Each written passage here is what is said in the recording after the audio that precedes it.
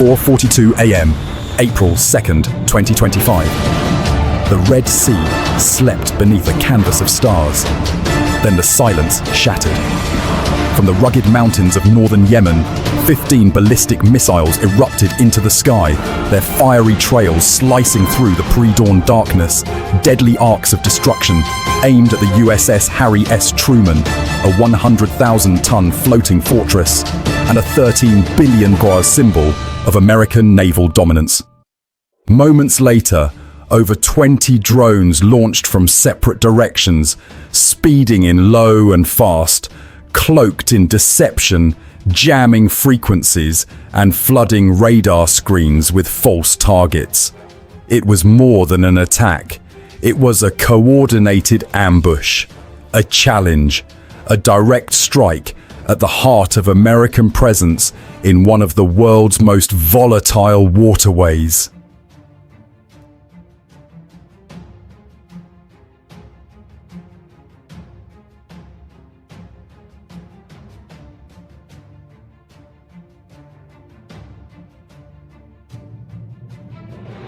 Inside the Combat Information Center, alarms wailed. Red lighting bathed the steel walls. Dozens of erratic radar signatures appeared, each one a potential killer. Lieutenant Commander Brian Hawkins later said, "It was as if time stopped. 1 second we were monitoring shipping lanes. The next we were under siege." The first wave of drones wasn't meant to destroy, they were built to confuse, to blind. Jamming pods scrambled the Truman sensors, and for 18 excruciating seconds, the ship's phased array radar lost lock on the incoming missiles. 18 seconds is forever when warheads are screaming toward you at Mach 5.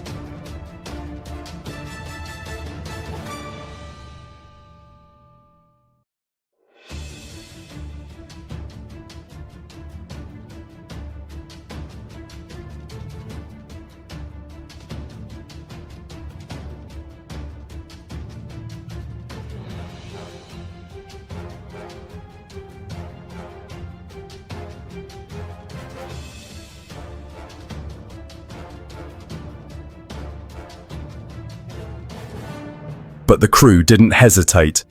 The destroyers USS Gravely and USS Mason, sailing in formation with the Truman, spun up their Aegis systems. Operators began manual tracking. Close-in weapons teams sprinted to battle stations. The Truman was awake and ready. One missile slipped through the outer net, flying just above the waves. It detonated off the starboard bow. The ship shook. No visible damage.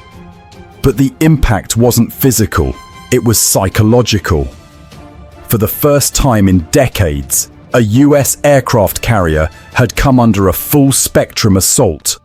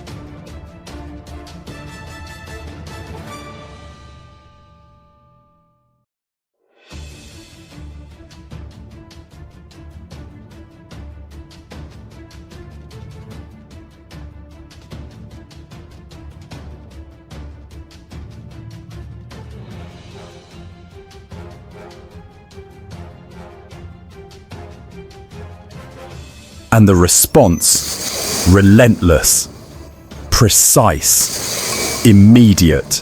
Dozens of miles from the Truman's flanks, Gravely and Mason opened fire. SM-2 and SM-6 interceptors screamed skyward in staggered volleys. The contrails of American missiles twisted through the dawn like angry scars. 5 ballistic threats disintegrated mid-air, flashing into flame. But more came. Low-flying drones hugged the sea, evading radar. They were hunting blind spots. That's when the Truman's second layer of defense engaged evolved Sea Sparrow missiles. From vertical launch cells along the deck, the missiles rocketed upward, locked onto erratic drones and brought them down in fiery plumes. Still, one made it close. Very close. A drone skimmed the surface, evading sensors, and surged toward the flight deck. But then the Sea Ram, a close-in weapons system, nicknamed Sea Whiz, came alive. A high-pitched mechanical scream tore through the night as thousands of tungsten shells ripped into the air. The drone exploded 400 yards from the ship, a fireball lighting up the sea. The blast wave slapped the hull, but the Truman endured. No casualties, no breach, no surrender. Below-deck sailors in fire-retardant gear stood at their posts, eyes glued to screens, hands poised, hearts racing. One officer described it later.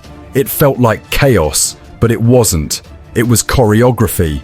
Every second counted. Every layer of defense executed perfectly. 30 hostile targets had converged on a single ship, and not one American life was lost. But this wasn't the end. It was the beginning. The enemy hadn't just launched missiles, they issued a message, "We can reach you." But the Truman Strike Group had its answer. "You will regret it."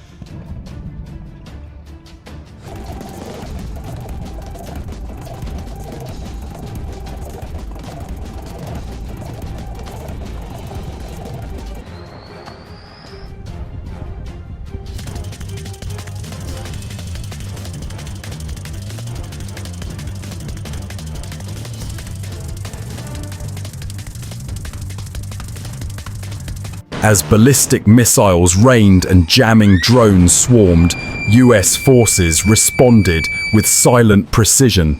An E-2D Hawkeye soared, restoring radar clarity. Growler jets jammed enemy frequencies. Drones lost control, mid-air, falling like broken toys into the sea. Inside the war room, Rear Admiral Marcus Vance gave one word: retaliate. By afternoon, US cruise missiles obliterated launch sites, turning mountains and warehouses into ash. But America wasn't finished. Aboard the destroyers, a new war unfolded, not with missiles, but with pure signal. The ASL-Q-32 system jammed drone networks silently. For the first time in naval history, an entire drone swarm was neutralized without a shot fired. By April 4th, the skies were clear. No new launches. The Houthis went dark. Their systems shattered. Their message answered, and the world watched.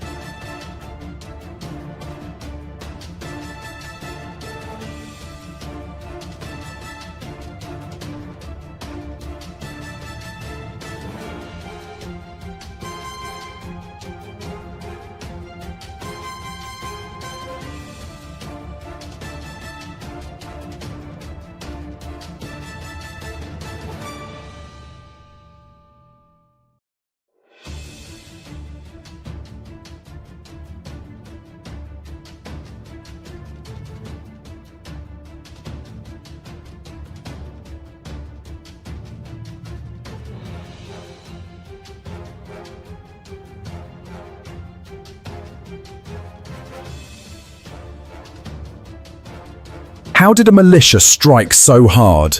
Who backed them? What happens next time when the threat is faster, smarter, state-sponsored? The Pentagon responded: train harder, evolve faster, strike first. Because one truth remains: you do not attack a US carrier and walk away untouched. As Admiral Vance declared, they hit us to make a point. We responded to remind the world we write the rules at sea. If stories like this matter to you, truth, power, protect the seas, then share this message, like, subscribe, and remember, freedom is never silent.